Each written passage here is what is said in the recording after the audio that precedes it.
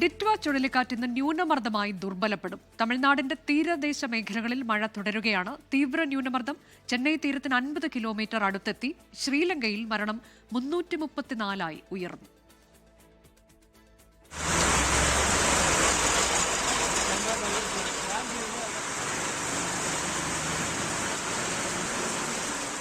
ഇന്നലെ രാത്രിയിൽ തീവ്ര ന്യൂനമർദ്ദമായ ഡിറ്റ്വ ചുഴലിക്കാറ്റ് നിലവിൽ ചെന്നൈ തീരത്ത് നിന്നും 50 കിലോമീറ്റർ അകലെയാണ്.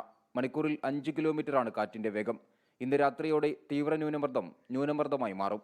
തമിഴ്നാടിന്റെ തീരദേശ മേഖലകളിൽ മഴ തുടരുകയാണ്. ചെന്നൈയിലും തിരുവള്ളൂരും ഇന്ന് ഓറഞ്ച് അലർട്ട് പ്രഖ്യാപിച്ചു. 3 ജില്ലകളിൽ യെല്ലോ അലർട്ടുണ്ട്. 65 കിലോമീറ്റർ വരെ വേഗത്തിൽ കാറ്റ് വീശുമെന്നും മുന്നറിയിപ്പുണ്ട്. ശക്തമായ കാറ്റിലും മഴയിലും തമിഴ്നാട്ടിൽ ഇതുവരെ 4 പേർ മരിച്ചു. ഹെക്ടർ കണക്കിന് സ്ഥലത്ത് കൃഷി നശിച്ചു. 300ഓളം വീടുകൾ തകർന്നു. രാമനാഥപുരം, നാഗപട്ടണം, കടലൂർ തുടങ്ങിയ ജില്ലകളിൽ വെള്ളക്കെട്ട് രൂക്ഷമായി തുടരുകയാണ്. ശ്രീലങ്കയിൽ രക്ഷാപ്രവർത്തനം പുരോഗമിക്കുന്നു. രാജ്യത്ത് 334 പേർ മരിച്ചു. 370 പേരെ കാണാനില്ല. രാജ്യത്തെ 25 ജില്ലകളിലായുള്ള 11 ലക്ഷം പേരെയാണ് ഡിറ്റ്വ ചുഴലിക്കാറ്റ് ബാധിച്ചത്. 24 ചെന്നൈ. ലോകത്തെവിടെയായാലും ഏത് സമയത്തും 24 വാർത്തകളും ഓഗ്മെന്റഡ് റിയാലിറ്റി പാക്കേജുകളും എക്സ്പ്ലെയിനറുകളും വിശദമായി കാണാൻ ഞങ്ങളുടെ യൂട്യൂബ് ചാനൽ നിങ്ങൾക്ക് സബ്സ്ക്രൈബ് ചെയ്യാം.